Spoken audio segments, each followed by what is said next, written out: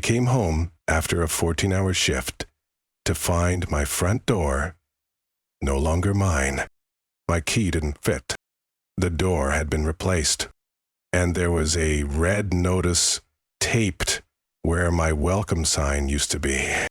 Property secured for community safety. Contact HOA for re-entry. $750 0 key fee. I stood there, sweaty, exhausted, still wearing my work boots, reading the words again and again like they might magically make sense. But they didn't, because this wasn't a misunderstanding. This was a hostile takeover, and they had no idea who they were messing with. See, my name's Julian Ross. I'm 39, a single dad, and a security systems engineer with 16 years of experience. I design surveillance for everything from government buildings to private estates. The house they locked me out of? I built its entire security system from the ground up.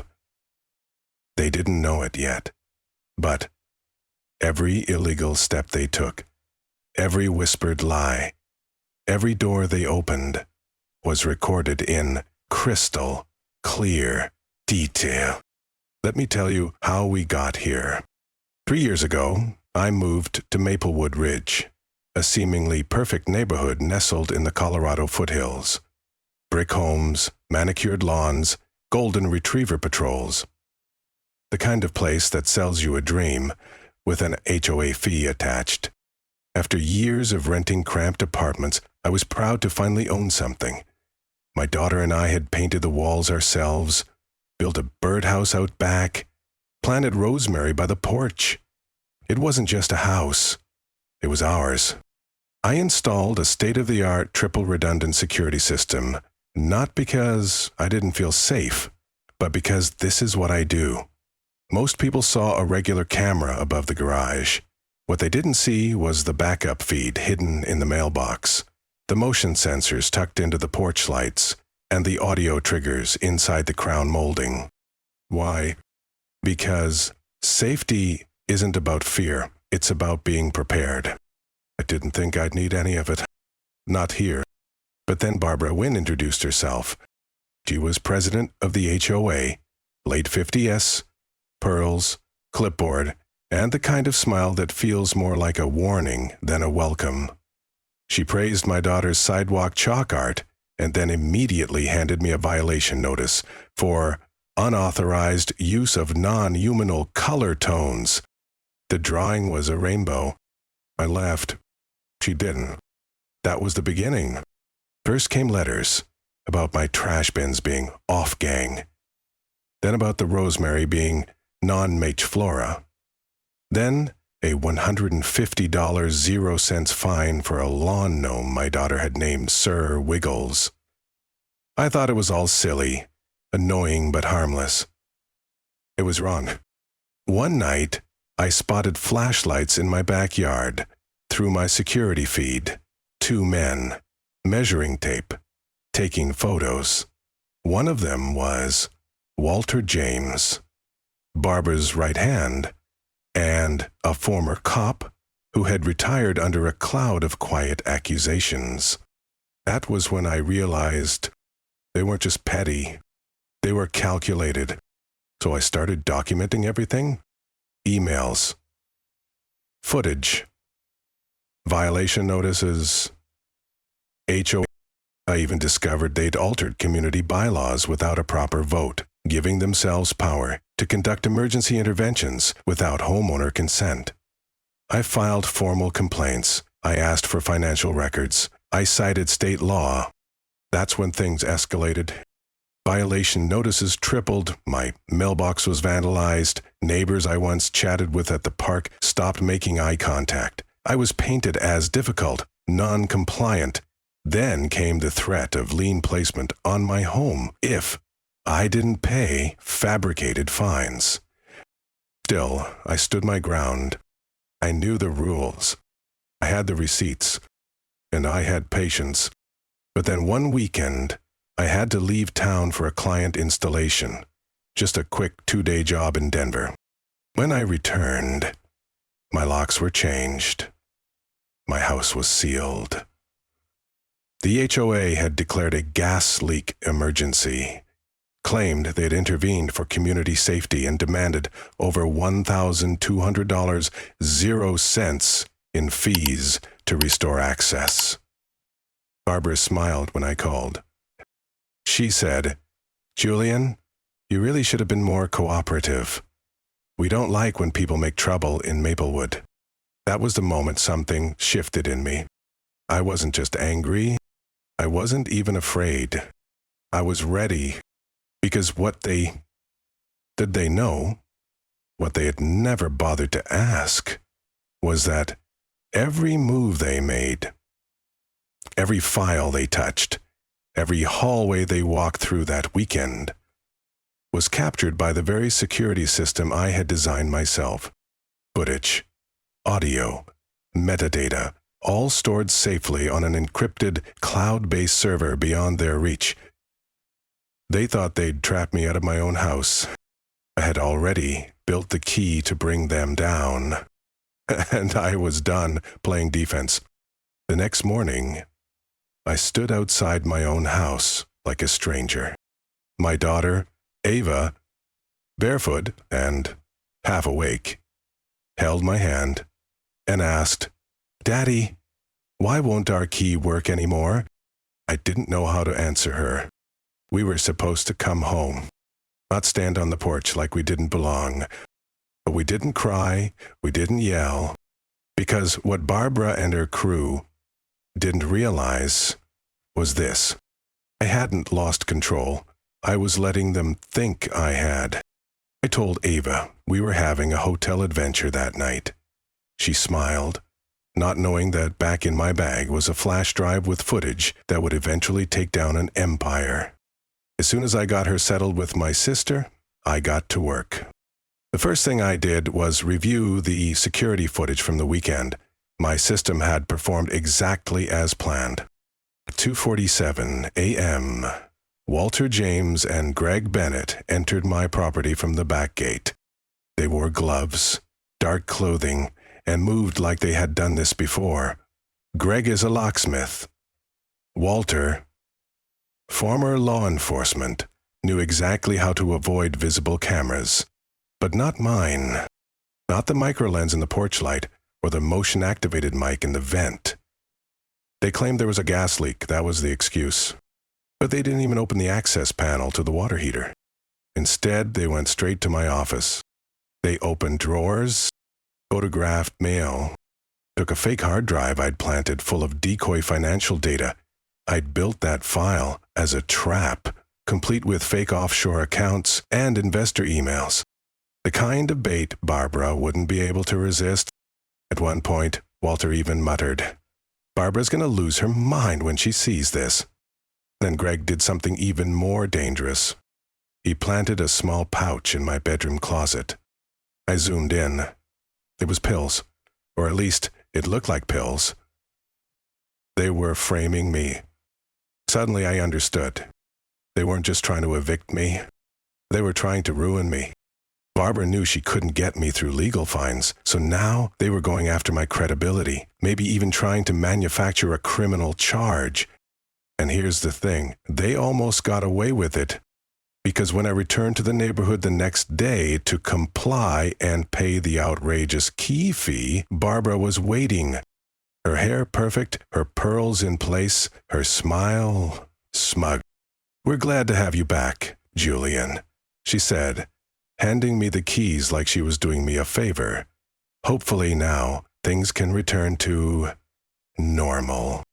I looked at the key, then at her face, and I said, "Absolutely, I'm all about peace."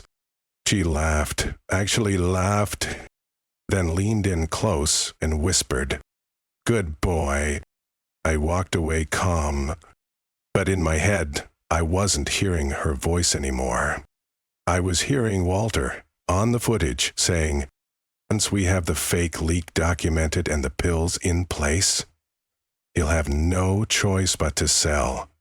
We'll own that corner lot within the month." That's what this was about. My lot. Corner property, near the park.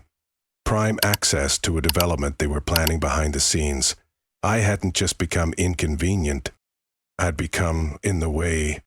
Back at the hotel, I connected with Priya, a real estate attorney and one of the few people in Maplewood Ridge who had ever stood up to Barbara.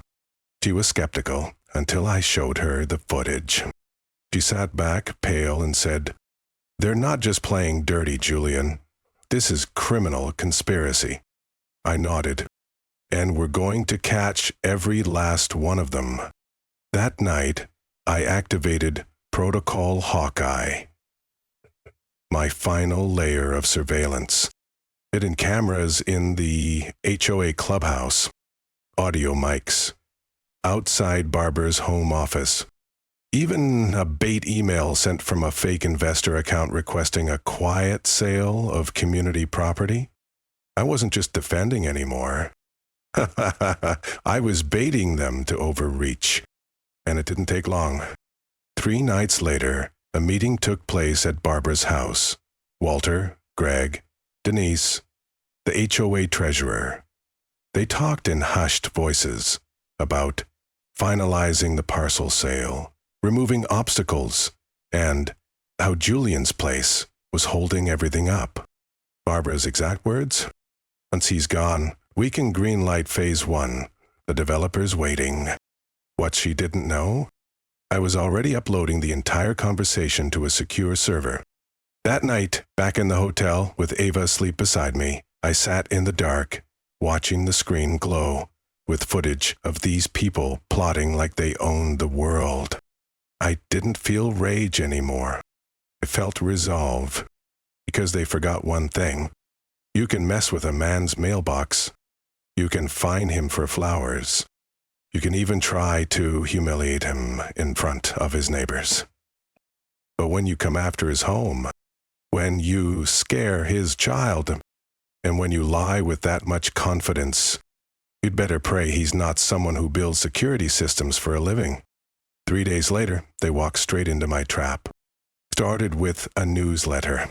The HOA sent out a community-wide bulletin with a section titled Resident Compliance Watch. My name, Julian Ross, was printed in bold.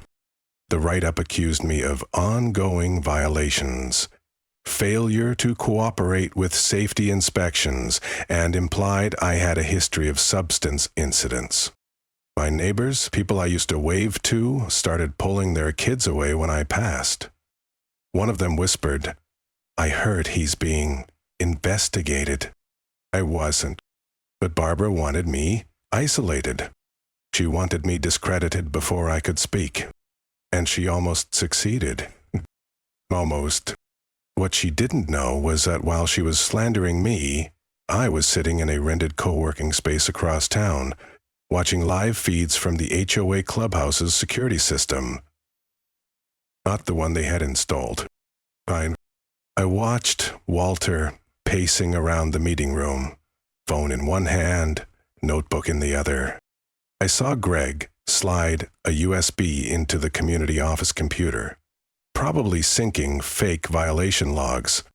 I saw Denise whispering to Barbara, who sipped from a wine glass and said, "Just 2 more weeks. He'll either fold or snap." That was their plan. Push me until I quit. Or until I broke. But here's the thing. I don't break.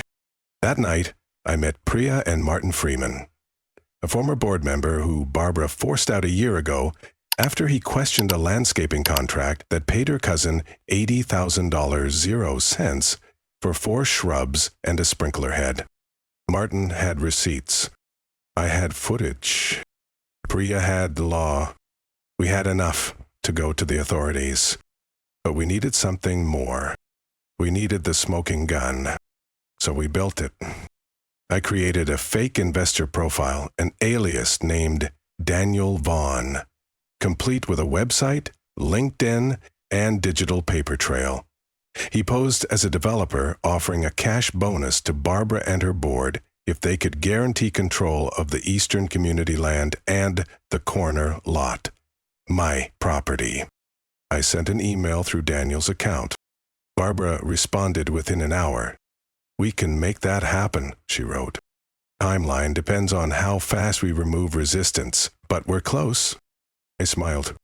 The following weekend, they scheduled a secret strategy session with the fake investor at the country club's private lounge. Barbara even posted on Facebook about attending a philanthropy planning brunch. Made sure they brought their best behavior. Because everything, every word, was being recorded by the mini camera I'd planted in the leather briefcase I accidentally left behind as Daniel. The footage was pure gold. Barbara, swirling her drink, said, "We've been conditioning the community. Once Julian is gone, nobody will object." Walter added, "He's isolated. The drug story stuck. He's too proud to fight back." Greg smirked. "We've got another lock change scheduled. Gonna say he was tampering with the gas lines. This time, we'll call code enforcement." They all laughed. That laughter, that smug, self-assured laugh, was the moment I knew it was time. The next morning, I compiled a dossier. Time-stamped video clips of their break-in, recordings of their plans to frame me, emails discussing bribes and falsified votes, financial records showing shell companies tied to Barbara's family. The entire meeting with the fake investor, every word, every lie.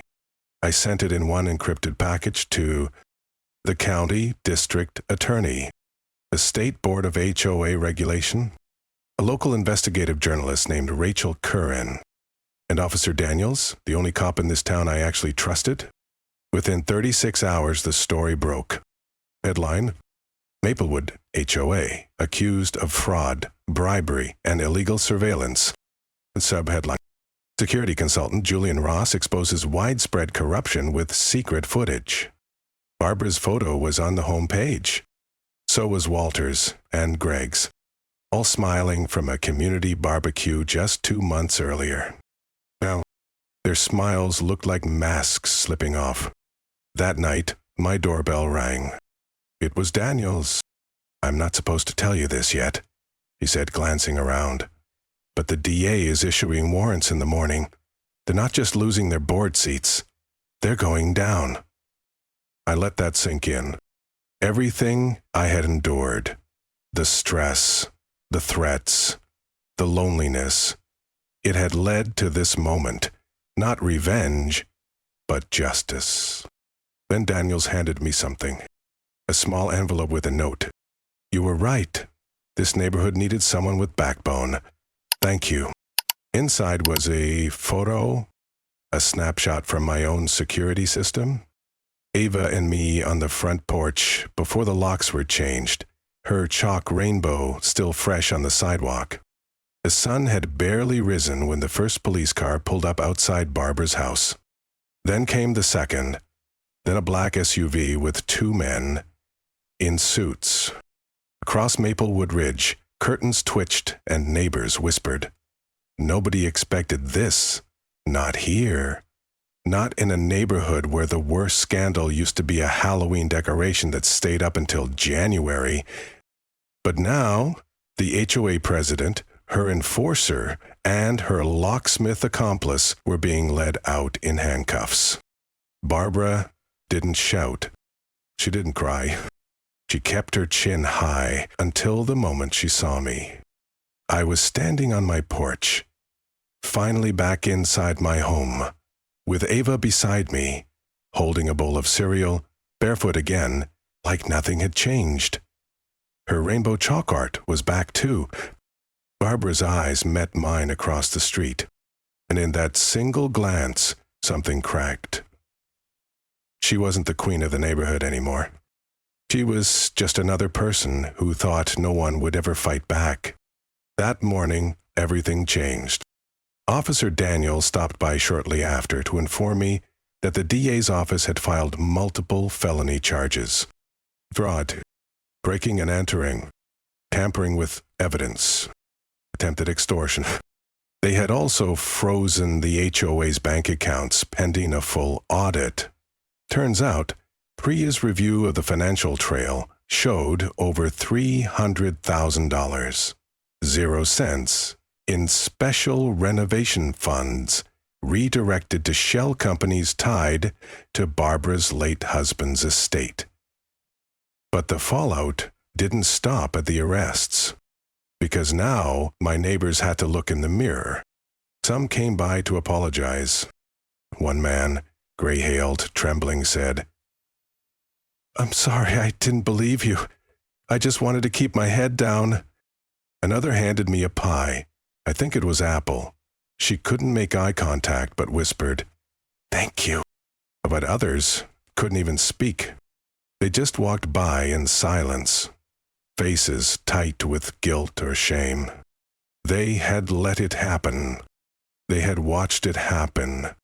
And now that the illusion of safety and order was broken, they were afraid of what else might be exposed. Still, something new was forming. A group of residents gathered at the clubhouse that weekend, not to assign blame, but to rebuild. They formed an interim board, elected Priya as acting president, started discussions about transparency, ethics, and healing, and they asked me to speak. I stood in the same room where I'd once been humiliated by fake violation notices, where Barbara had sneered and smiled like she owned the oxygen. Now it was quiet and attentive, open. "I never wanted this fight," I began. "I just wanted to live in peace, raise my daughter, and be part of a community that treated people fairly. But when power goes unchecked, when fear replaces truth, and when silence becomes easier than courage, that's when bad people win." I looked around. Barbara didn't act alone. She thrived in the space where no one dared speak. That ends now. This neighborhood can be better. It can protect what matters without controlling people, but only if we all choose it. There was no applause. There was silence. And then someone stood up. "My tank." He clapped. Then others joined, and soon the whole room was on its feet. Not because they were cheering a hero, but because they were reclaiming their voice. That night, Ava asked me if the bad lady was gone for good. I said yes, but what matters more is that the good people are finally stepping up. She nodded, like she understood more than I expected. Then she said something that stayed with me. Maybe we had to lose our house to help save the whole neighborhood. She wasn't wrong. 3 months later, the neighborhood looked different. Not the houses, they still stood brick and perfect. The lawns were still green, the mailboxes still neat. But behind the hedges, something had changed. People waved again. They talked in the park, helped each other with groceries, offered rides to the elderly neighbor down the street. And no one was afraid of the Barbara, Walter, and Greg were awaiting trial. The evidence was overwhelming. Priya had helped the district attorney build a bulletproof case, and Rachel Kern's story had gone national. Other neighborhoods from across the country reached out, asking how to protect themselves from similar abuses. I rebuilt, not just my locks or my doors, but the sense of trust I thought I'd lost. I turned part of my home office into a free consultation center for other residents struggling with corrupt associations. We called it the Watchtower, because when no one's watching the watchers, someone has to be. And Ava, she's painting again. Bigger rainbows now. This time on canvas, this time with permanence. Last week, she asked if the house felt safe again. I told her it feels like home again. Not because the locks are stronger, but because the silence is gone. Because now, if something's wrong, people speak up. That's the real victory. And maybe that's what this story was always about. It wasn't about a lock, or a power-hungry HOA, or even revenge. It was about this truth.